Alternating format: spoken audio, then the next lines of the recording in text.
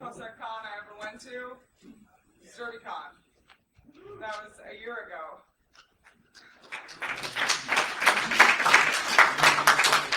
I don't want to cry right now.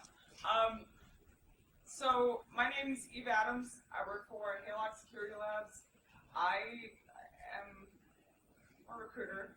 Sorry. Still love you. Awesome recruiter. Thank you. I'm going to take those compliments and I'm going to put them in my heart.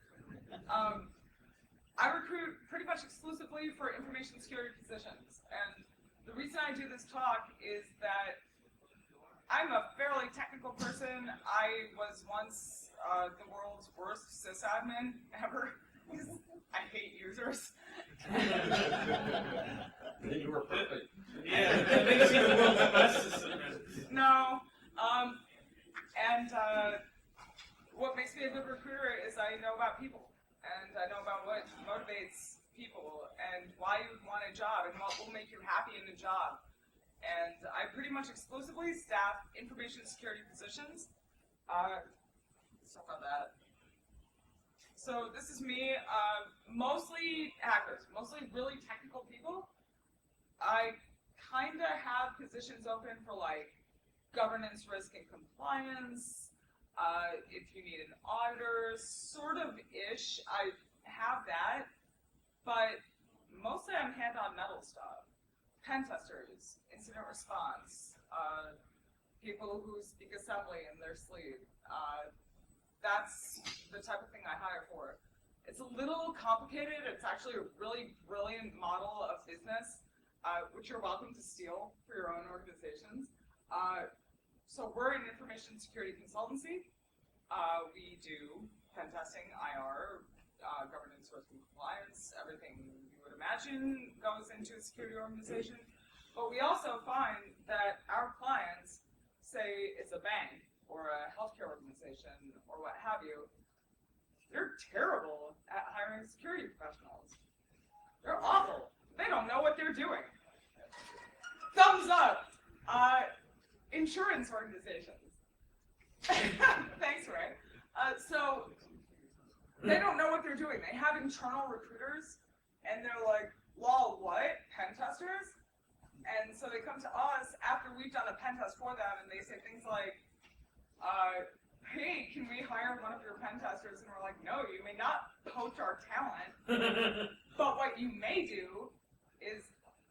They can't hear you with that. The microphone, they can't hear you with that. Oh.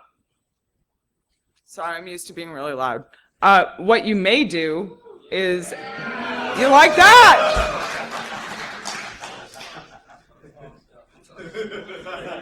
Got some shit from the thrift shop. So, what you may do in lieu of poaching our talent is you may, for a fee, use me, the hacker huntress, to hunt some hackers for you and to hire some security talent for you. So I used to live in staffing agency hell. Those are terrible places. I never want to go back there. I'm in recovery. Thank you. I'm doing well. Thank you.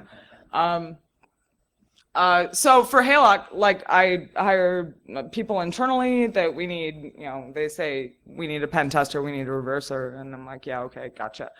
And then sometimes our clients say the same thing, and I stick them in there. I also enjoy Ubuntu and IPAs if you're buying. So there's no unemployment in InfoSec, right? Waiting for a response. That was a response. Ish.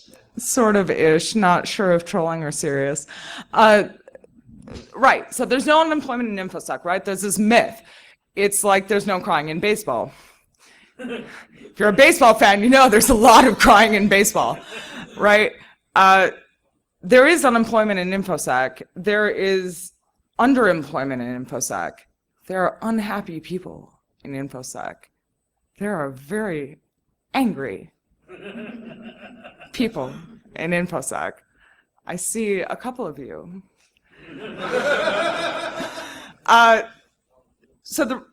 Yeah, exactly, exactly. And that's why I have a job. That's why I have a job, because not everybody who's employed in InfoSec is happy. So we have this thing. Here's the basic premise. There's this gap, right? You have all the skills. You can secure all the things. You can hack all the things. Enterprises don't know how to hire you, how to use you. They don't know what they don't know. They don't know how screwed they are, honestly. And yeah, I'm seeing lots of nodding heads, like, yes, this is my boss. This is my actual management organization. This is the problem. It's not that there's too little talent. A lot of people have security talent. A lot of people are talented at securing things.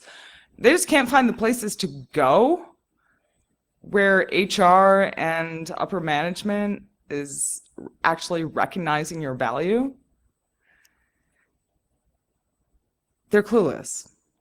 So these are Bureau of Labor Statistics. These are all from the government, and I would never question anything the government tells me. But these are a little off, but they're a good working formula. So they tell us 0.9% InfoSec unemployment in 2012. That seems kind of low to me, but still, as a working number, when we have 7% unemployment across the board in the country, pretty damn good. Security workforce in 2012, they say 52,000. Food for thought, there are 57,000 CISSPs in the United States. So that seems awfully low to me, because how do you qualify it, right? I mean, have you ever stood up a firewall? Does that make you a security professional?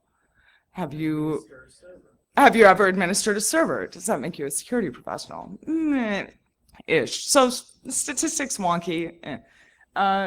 For perspective, those web devs we all love to hate, those jerks who keep writing terrible code.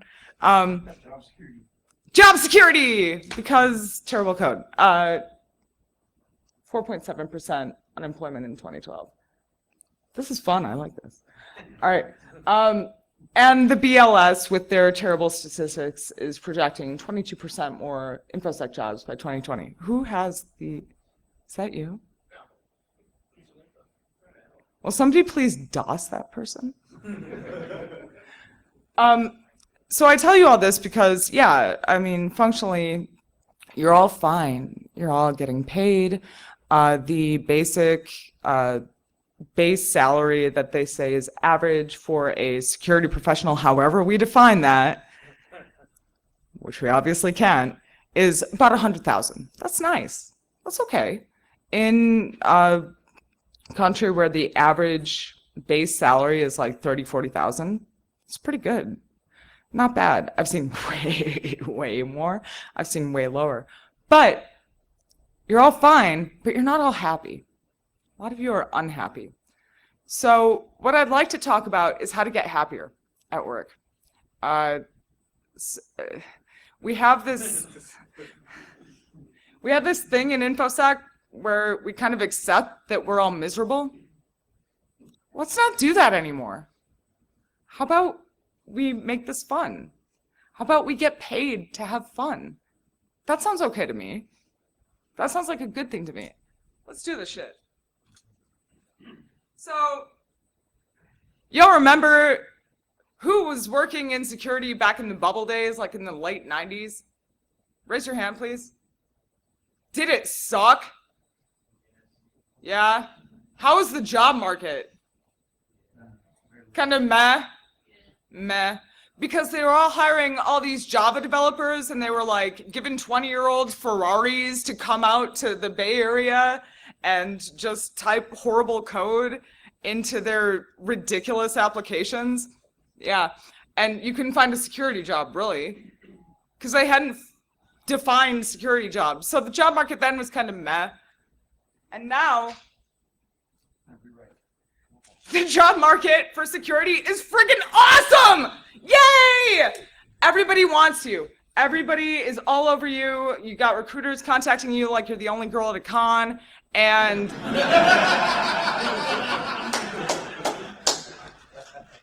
not that I know anything about that. But so because they hired so many Java developers and wrote such shitty, horrible code, they now need security professionals. So there's massive demand. But there's a problem with this, like I've been blathering about. Let's talk about these problems. You all have jobs. Not all of you are happy. What are the reasons you might want to move? Let's define these. Highly desirable skill sets lead to highly volatile job markets. If there's more demand and less supply, actually there's supply, but they're not really defining what they want to do, people are going to move. There's volatility in the information security employment market. Why? Money, bidding wars. Like I say, $100,000 is the average base salary. It's a nice round number for anybody working in information security. I've seen way, way more. I have jobs that pay 500 grand a year. I have jobs that pay 50 grand a year. And it's weird because the level of responsibility you get isn't necessarily commensurate with what you're securing. Again, this is a problem of definition. You just gotta wait it out. You just gotta wait for corporate enterprise to get a clue. It's gonna be a minute, by the way. So yeah, if you're a dollar chaser, this is a great industry to be in. If you are chasing money, cool. Yeah, stay in security. If you're not, if you actually love what you do, hang out still. There's a good reason to. General IT churn, anytime any new product comes out, so we have a new IDS IPS system, and all of a sudden the person who previously sucked and was boring is now the new hotness, and now we need somebody to stand this up. And oh my God, this industry got a clue about application security, and they realized that they need somebody to present cross-site scripting on their payment application. Then all of a sudden they'll be trying to hire all of you. So this happens a lot. Burnout, Jack Daniel has covered this in excruciating detail. Everything's always on fire. You're on call. Ray. Hi. You're not getting buy-in. This is a big thing.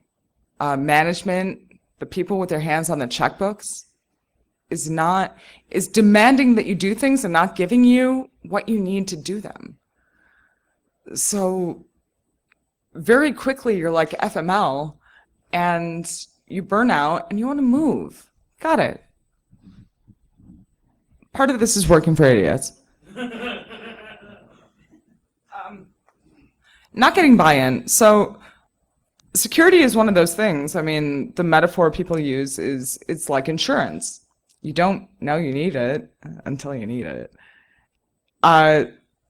Idiots who are in upper management oftentimes do not necessarily get this. And if you yell up, if you're like, yeah, we need to actually implement these security controls, or we need to actually have a security posture in this way, they don't listen very well. So you find yourself working for this guy. And that's why you move. Okay, so I've done to death why you would quit your job. Now let's talk about what you're gonna do about it. I talk a lot in this talk about resumes. Please bear in mind, and please, I like an interactive talk, so please yell at me and say things and ask questions. What's up with the bunny ears, man?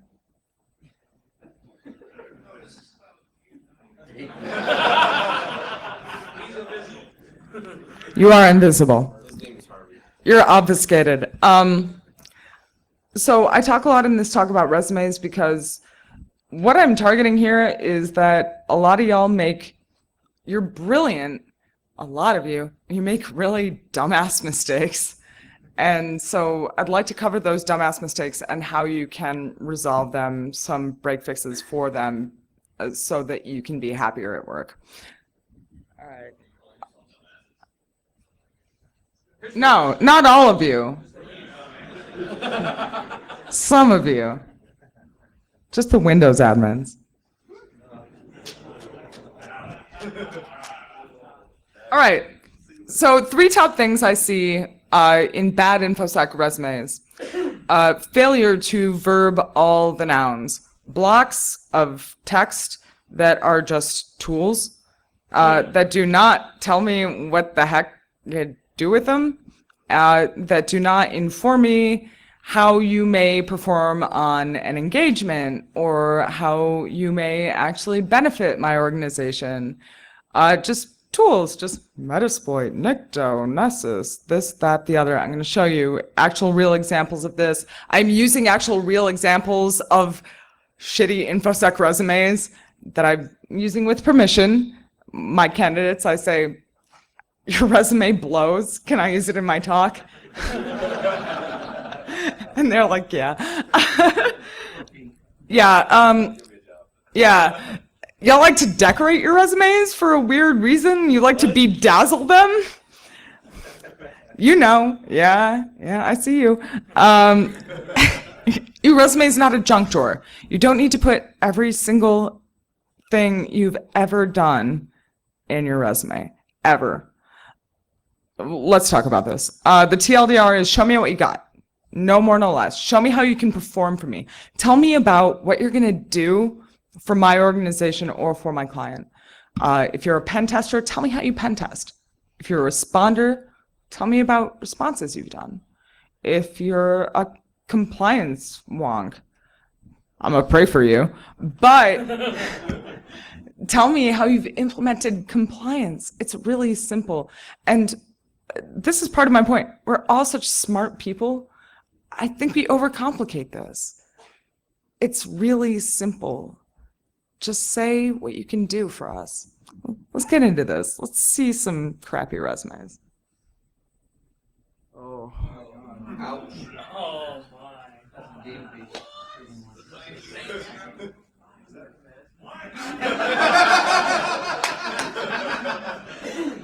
I can't. I can't. So, all right. So this is nice. So this tells me, yeah. So this tells me every tool that has been in the office that this person worked in. So, somebody, anybody. What does this person do? WTF. Yeah. That's what stands out. Yeah, it does.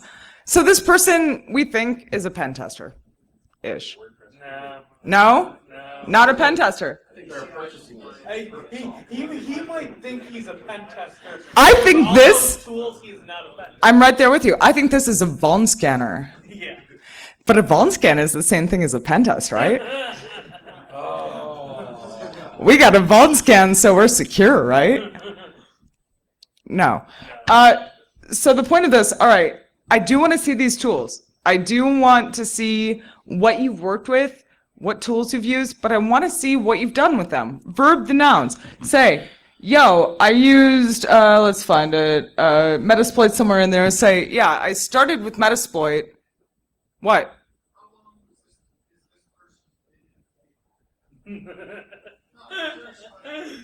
About a minute.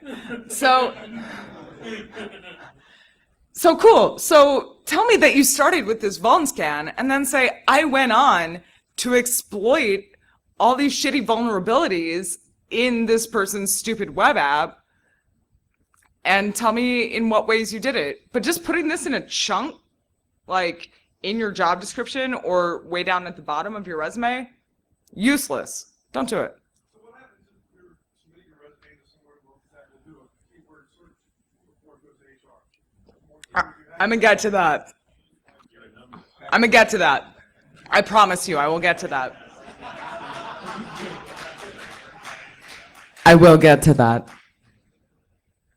So this is fail, but I will. That is an important question, and I will address that. Fail. Oh.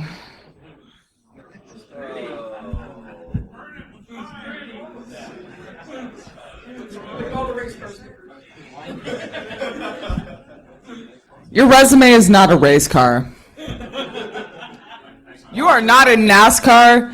I do not give a shit about the fact that you're a Symantec certified specialist at all, ever. One thing that's often pointed out, okay. So it would be neat if they put the CCNA like up into the crotch of the RSA thing. So I'm going to talk, hi.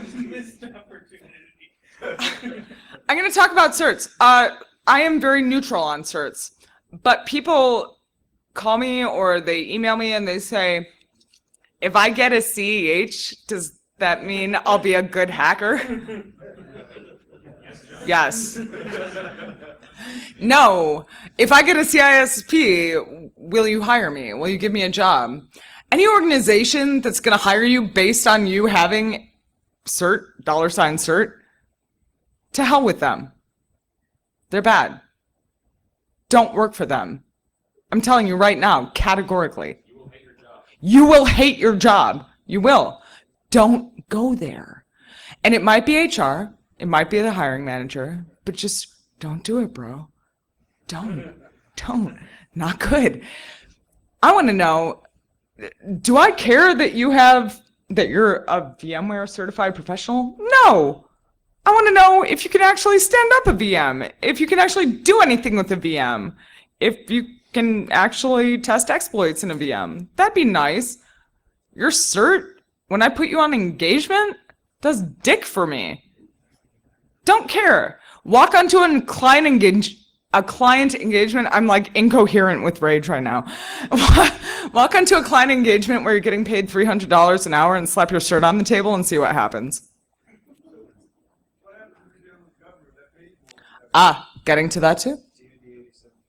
Gonna get to that. Yeah. So DoD 8750, what's his name? Somebody walked into the DISA conference and apparently successfully convinced everybody that everybody needs to have a CISSP if they're going to touch any sensitive information.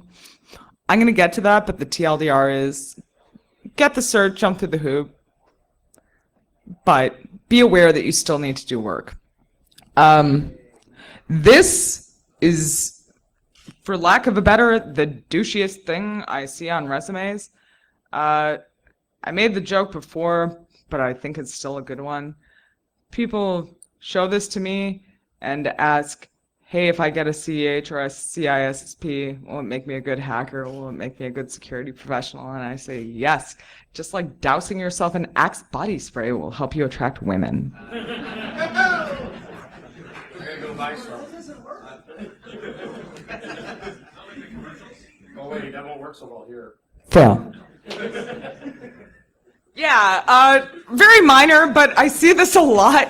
Y'all like to bedazzle your resumes, specifically in InfoSec. Yeah, charts. We got charts. Here is a chart. Y'all like to put like weird, pretty colors on your resumes and bizarre horizontal lines and stuff. Yeah, it is Joe Blue Team. I count about 4 different fonts on that. You're actually right. There's probably more. And bizarre bullet points and tables and stuff like that. This is not that big a deal. I don't care that much, but it's something I see a lot in information security. Just black on white is fine. That's totally acceptable. Just chill. I don't need to see your Microsoft Word chops. That don't impress me much. Like, it's cool. That's a good question.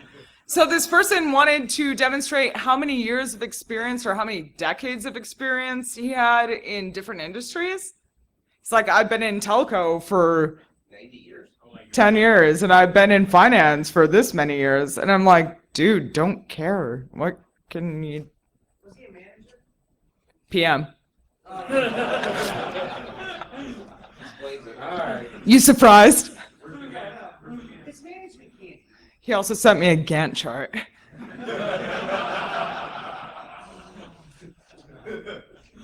All right, one more fail.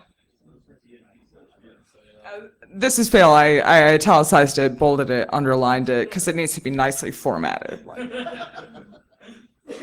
All right, so this is a weird one. Your resume is not a junk drawer.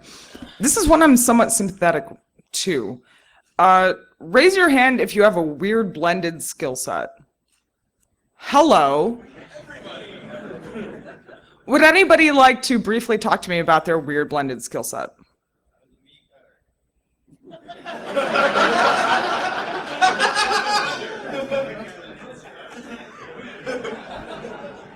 Meat cutter. Would meat cutter please stand up? Hi, what's your name? Gomez. Nice to meet you. I'm Eve. So, what do you do in security? I'm a pen tester, Okay. More network, app level, all of it? Okay. Do you mind saying who you work for? Nice. How did you get there from meat cutting?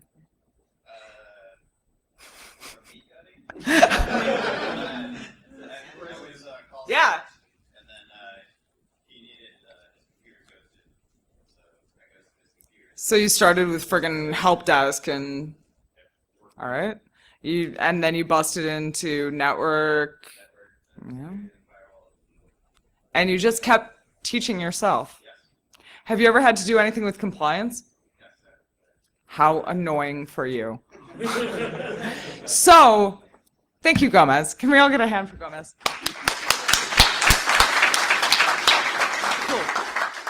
So, in that way, a lot of us have weird blended skill sets. A lot of us have done a lot of things. A lot of us may have been involved in compliance auditing. A lot of us may have gone like balls deep in reversing. A lot of us may have had to stand up entire SOCs in firewall environments.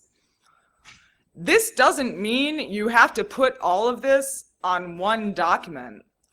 Fork your resume. It doesn't take that long. It initially sounds like a giant pain in the ass, but make different resumes that are targeted to different jobs that you're applying to. So, for example, if you want to do project management and firewall engineering, first of all, you're out of your mind, but you can fork your resumes that are relevant to the different jobs you're applying to. You can do that. It's okay. I see a lot of people just pouring everything they've ever done in their entire lives into one document, and then they complain, oh, well, HR won't accept a resume over 2 pages. And I'm like, first of all, I don't care how long your resume is, because I, in 3 years of recruiting, have touched like 2 paper resumes ever, so who cares? But apply and target your resume to the job you're applying to. You can do this. Sir, with the bunny ears. You're like teacher's pet over here.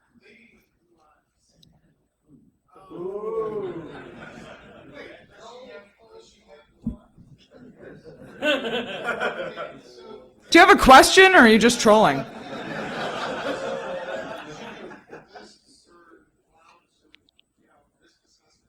Yeah. Yeah. Right. Keen observation, sir.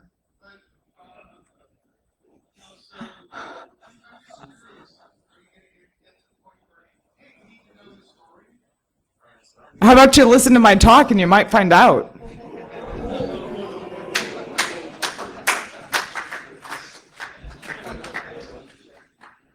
Maybe fail, can't tell. All right, so this is a good resume. This is also from an actual real resume used with permission. This is my dear friend, Jane Q, InfoSec. She works for Monolithic Financial Megacorp in Chicago, Illinois. Woo! Thank you, Chicago. So you can see, and this is, it's a big block of text, I know, it's not that easy to read, but you can see how Jane has integrated the tools. She's verbed the nouns. She's talking about tools. She's saying Landas, BigFix, Secunia, Shavlik, Rapid7, all that stuff. She's telling me specifically 2,000 employees and 5,000 hosts. She's being very specific about what she's done, who she supported, what it was for, and what the business objective was. Groovy. Love it. Nice short summary. The job title, and I'm going to talk about how job titles are stupid, but the job title, I don't care about that because I can see here exactly what Jane is doing. I know Jane isn't a pen tester. I know Jane's a defensive applications security engineer who has some leadership background, can manage others, and can do so in large-scale global environments.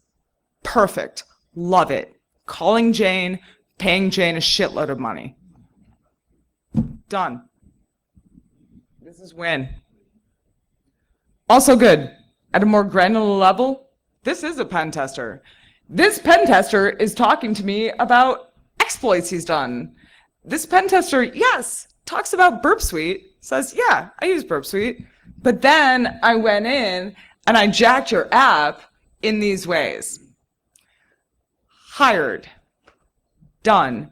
Get to this level of granularity. Tell me about how you're doing what you do. Beautiful. Not that complicated. All right, so this is win, by the way. All right, so we have a cool resume. How do we get a cool InfoSec job? There are three major kind of...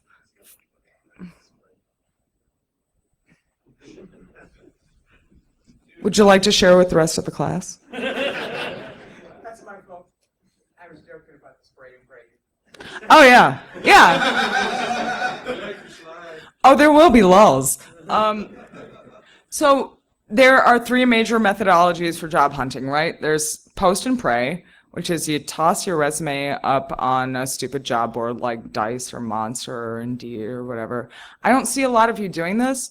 I encourage you to continue refraining from doing this because it's stupid for a variety of reasons. One, you know the dumbass recruiters who don't, you're like, do you even read my resume?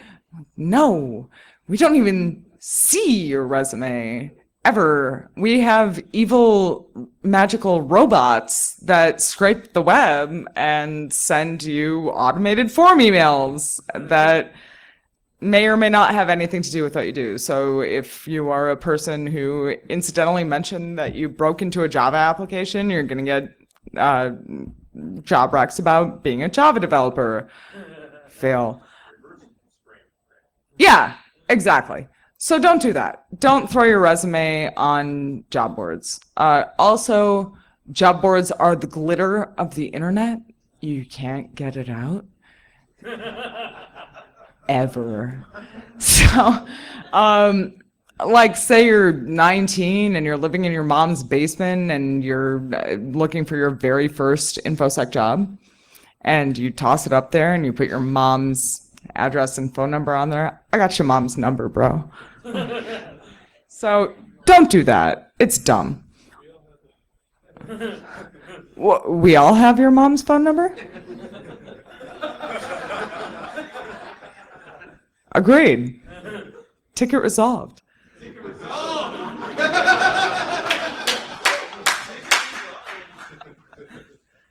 Enjoy. Spray and pray. I'm going to talk in a couple minutes about how job descriptions and job titles are ridiculous and stupid and full of flagrant lies. But the TLDR is just don't apply to what's posted. You can, but it's a waste of your time. Better, network in, make friends, come to things like DerbyCon. Who's local here? Hands up. Come on, Louisville Pride, come on. All right. Thank you. Who's from Chicago? Nice, representing. Okay, where do you go in Chicago if you want to talk to security people? BurbSec, right? ChiSec, MySec, DC 312. Go to these things. That's the best thing you can do if you're looking for a new job. And if there's nothing near you, start one. Just start it up. there are so many like-minded InfoSec professionals living next door to you. I randomly ran into a pen tester for one of my direct competitors when I moved, and he's like, oh yeah, I did that. And, shit. We're everywhere. This is what you don't realize. When you live in the security echo chamber, you start to think, oh no, it's such a small community. The users don't get us. We don't really, there's not that many of us around. We're everywhere. We are legion. There's a community there for you, and you go to them and you say, all right, say you want to apply to Acme Corp. You find somebody at Acme Corp. Does anybody have open source intelligence skills here? No. Yeah. I do, but I'm a recruiter. So you find these people. You ideally find the hiring manager, find somebody who's working tangential to or above the person where you're working, and you say, hey, what's this job all about? What does it pay? What would I actually be doing? Those are the people you want to talk to. It's not HR. It's not recruiters. You want to talk to the people who are in or near the technical function that you're going to be in. So yeah, current employees, events, even recruiters, cons, meetups, the DC meetups, any OWASP meetup you can get to, even if you don't even application bro. Go to them. You will learn, and there will be job openings. So we were talking about stupid job descriptions that lie.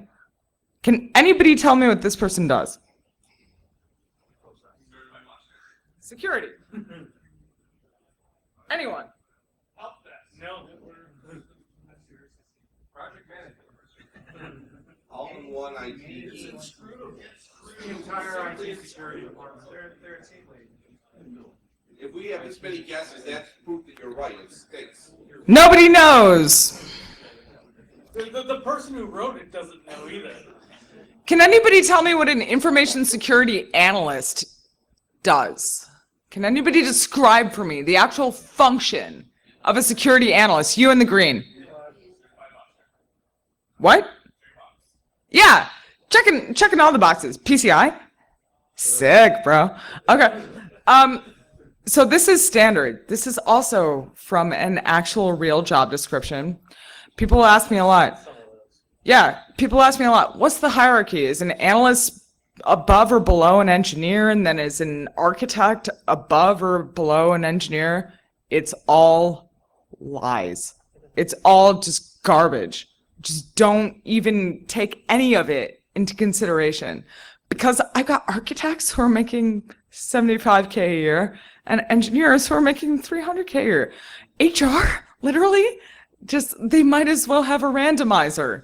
They have no idea. This is garbage, obviously. This will tell you nothing about what you're doing in an actual real work environment. So just take it as lies. It's just garbage. We all clear on that? Yes. Thank you. Good. So what do we do about this? We try to get close to somebody who's in the technical function, ideally the person you're reporting to. If not, somebody who is lateral to the job that you'd be in.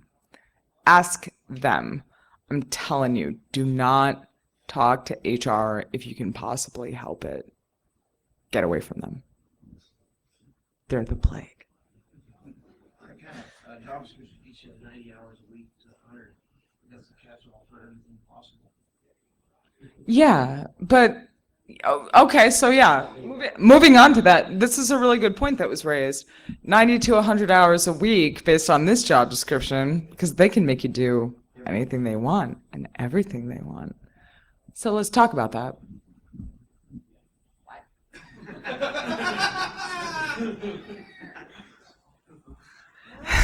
Has anybody seen the Destroy All Software talk about Ruby? Oh, yeah. Yeah. Let's talk about Ruby.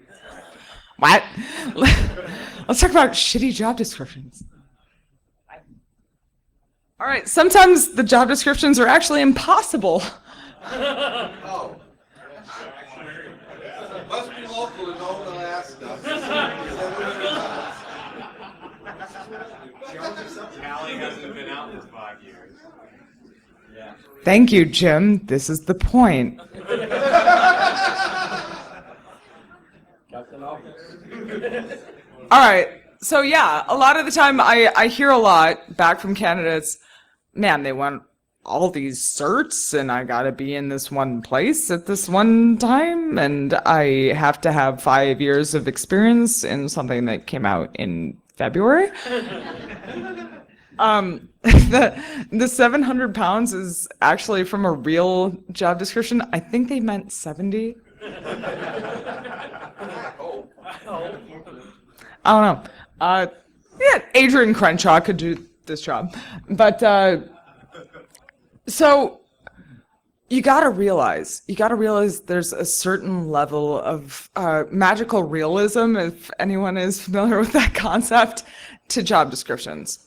They would love somebody who had 5 years of Kali Linux, if Kali Linux had been out for 5 years. They would love somebody with all of these certifications. They would love somebody with a certain actuarial math. But you get them on the phone, you talk to them, and they're like, actually, we don't need that. We just need somebody who's a decent engineer or who's a decent. Say again? Exactly. Well, no, I mean, the intent is not to scare off. I'm not HR. Ask .hack what happens if you call me HR. But I'm not HR. But the intent of HR is not to scare you off. They need you. They're desperate for you. They're desperate for security talent. But they just don't know what they're doing. They're just clueless. They're not malicious. They're just clueless. So I am encouraging all of you to go into any job application process with the knowledge that probably the first line of people you're talking to is absolutely clueless. Not trying to hurt you, just doesn't know anything about you. Sorry.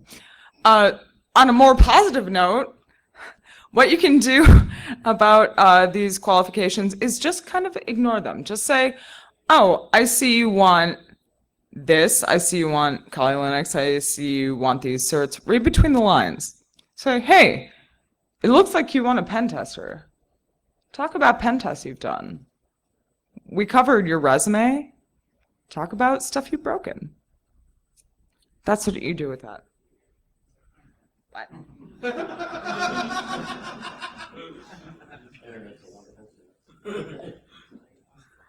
It is. So yeah, job descriptions can be legally binding documents, usually written by non-practitioners, i.e. HR, sometimes legal. There's therefore a high degree of vagueness and cover your ass in them. There's a reason for all of this. What can I say? We're years away from a solution. But we're hackers, right? You could get in. Get the real story by asking the hiring authority or someone who has contact with them or who is lateral to them. Good thing about networking in, you can learn about jobs before they're open. I have hired people for jobs that did not actually exist at the time they were hired. So this is the cool thing about networking. This is the cool thing if you go to B-sides, if you go to meetups, if you go to, I don't know what it's like here, but in Chicago, literally every week there's something. You're not alone. Go talk to people and be friendly. I know a lot of us are like social anxiety disorder ridden, but get over it. Just, you see somebody who has a job that you think is cool, just go talk to them. Just say, hey, that sounds like a cool job. Let's talk. You're not going to get fired. There's this perception that like, oh God, my boss hears me talking to a recruiter, I'm going to get fired. Your boss should hear you talking to a recruiter. Your boss should be proud you're talking to a recruiter. It's kind of like if somebody hits on your wife. Like, yeah. Right? It's how it should be. You should be wanted. Yeah. So what does it mean learn about jobs before they're open? You're saying like the next time they're hiring? Okay. They want to hire you, even though it's not a spot. So like I said, they don't know they need you, right? So Acme Corp ships an application, doesn't know it needs to be secure. You walk into Acme Corp and say, hey bro, you're not secure. Can I help you with that? It would cost you way less to pay me than it would to get breached. Like that. I'm not saying it's the easiest way to get a job, but I am saying it is a good way to get a good job. Yes, sir. Along that same vein, a lot of us in this industry just like to get directly to the point and just penetrate through and say, you're not secure, but on the flip side, you're almost insulting them. And that creates a gate that now you need to get through. So the best way to do that is you create a professional relationship first. You create a relationship of trust. You talk to them and you say, hey, I'm actually interested in your product, or I'm actually interested in your service. And just FYI, your product and or your service is not secure. And I want to help you with that.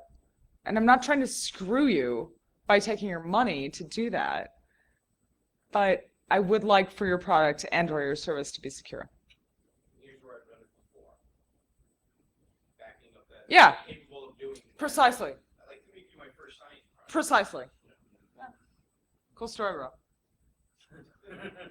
So we're talking about God, you're all so important. Yes? It fell into your last slide where you were talking about Twitter.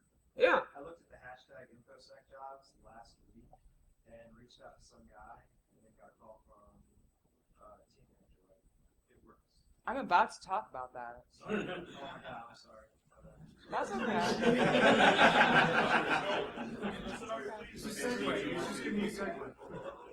You. I was going to say, what is the standard protocol of leaving a good job for a better job? I feel like a lot of people don't go for that better job. They're scared of leaving and burning bridges at their current company. I'm going to get to that too. She's got it all. So we're talking about bridging the gap between the hunter and the hunted.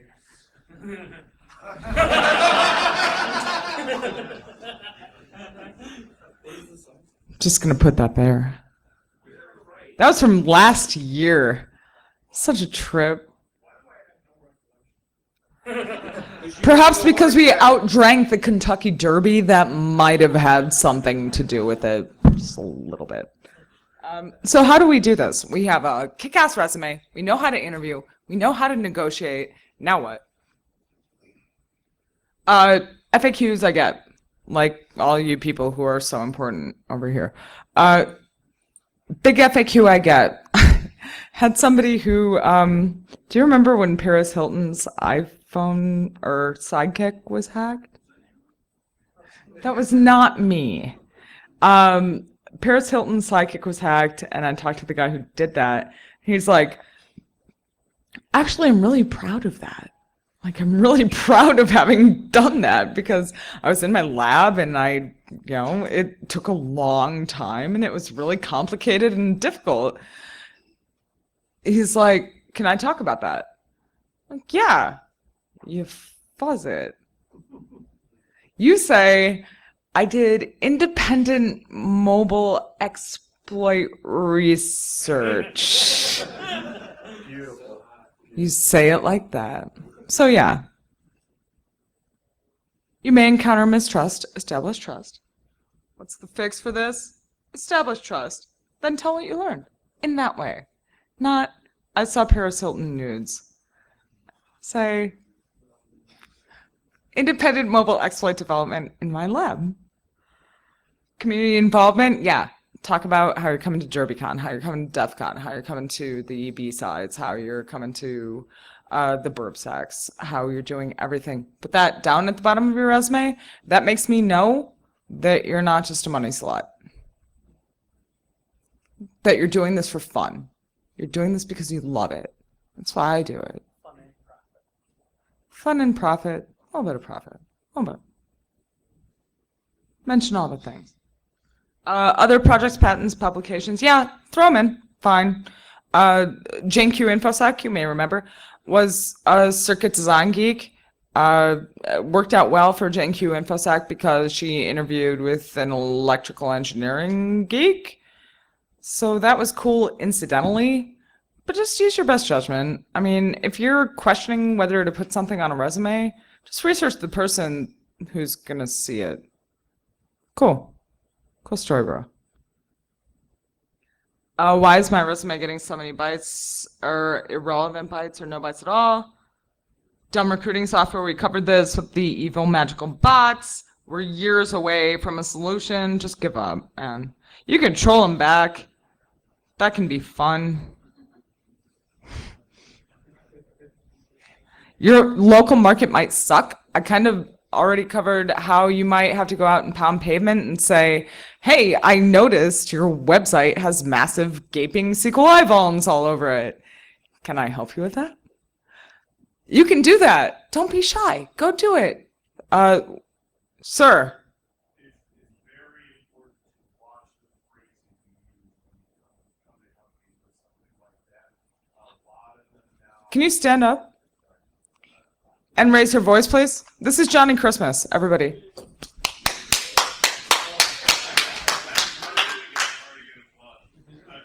very important to watch the phrase you use when you are coming to a company with, I noticed your website has X vulnerabilities, or I found this huge rate of paper that seems to have important numbers on the dumpster. A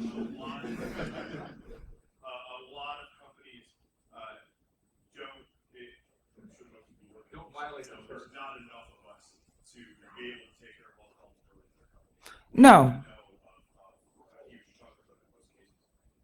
And these companies know that there are vulnerabilities. Yeah. They know they don't have the manpower and they don't have the money. And so their problem may be that they don't have the money to pay you to fix these vulnerabilities. And so what some of them might do is turn around and file a blackmail charge. That's a very important point you're making. Thank you for that. Because there may be legal repercussions for doing this. But if we're talking about on the level of a scan that anyone can do, it is a gray area. And you don't want to get weaved. Don't get weaved. Yes, thank you, Johnny. Thank you. Don't get weaved. Like I say, perhaps I underemphasize the idea that you do need to establish trust. You do need to establish that these people are not going to sue you. 0 minutes. Fuck. Any time for Q&A? All right, let me get to the TLDR. No, I don't care about certifications, and you can't make me, but if you have to work for the government, then go get them and jump through the hoop, but they're not that important. Sick. No. Don't be soft skills problematic. Don't be this guy. Don't be this guy. Be this guy. That's supposed to say fights for the users, then gives them the hugs, and I did that literally 10 minutes before my talk, but no Q&A? No time. Thank you.